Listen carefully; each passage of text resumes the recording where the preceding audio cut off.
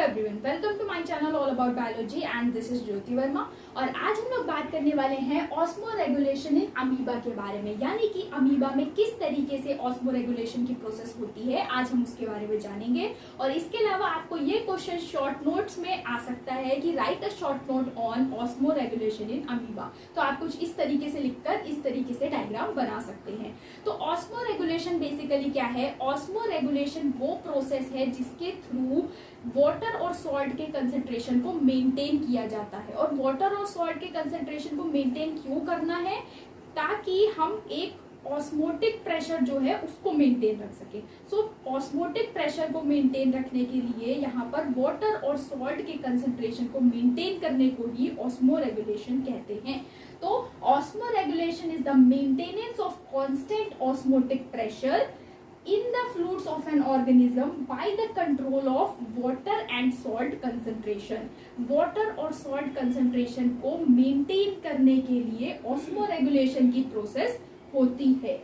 और अमीबा में ये ऑस्मो रेगुलेशन होता है कॉन्ट्रैक्टाइल वैक्यूल की वजह से। तो ये जो स्ट्रक्चर है ये है अमीबा। अमीबा में एक वैक्यूल प्रेजेंट होता है जिसे कॉन्ट्रैक्टाइल वैक्यूल कहा जाता है, जो कि ये है। और ये कॉन्ट्रैक्टाइल वैक्यूल ऑस्मो रेगुलेशन का काम करता है।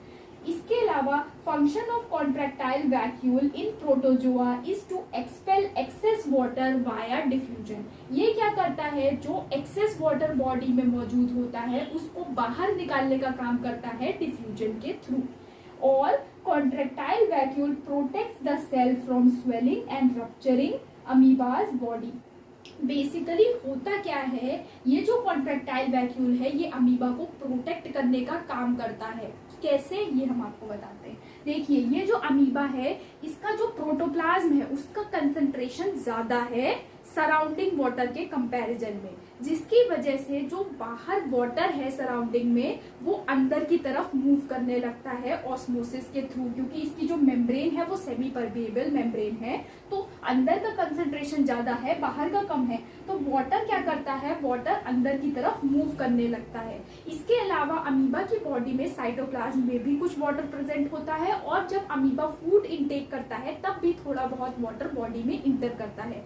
तो अगर कंटिन्यूअसली अमीबा की बॉडी में वाटर बाहर से अंदर इंटर करने लगे तो ये जो अमीबा की बॉडी है ये स्वेल करके बर्स्ट कर सकती है। तो उससे बचने के लिए अमीबा के पास एक कॉन्ट्रैक्टाइल वैक्यूल होता है जो कि अमीबा को स्वेलिंग और रप्चरिंग से बचाने का काम करता है। अब ये ऑस्मो रेगुलेशन की प्रोसेस किस तरीके से होती है उसको हम यहाँ पर स्टेप वाइज देख लेते हैं। तो जैसा कि हमने कहा कि अमीबा की बॉडी में जो प्रोटोप्लाज्म है उसका कंसंट्रेशन ज्यादा है इन कंपैरिजन टू जो बाहर का वाटर है।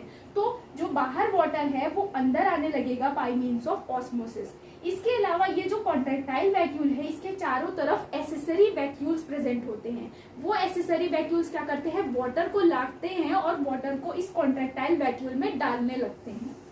सो excess water enters the contractile vacuole.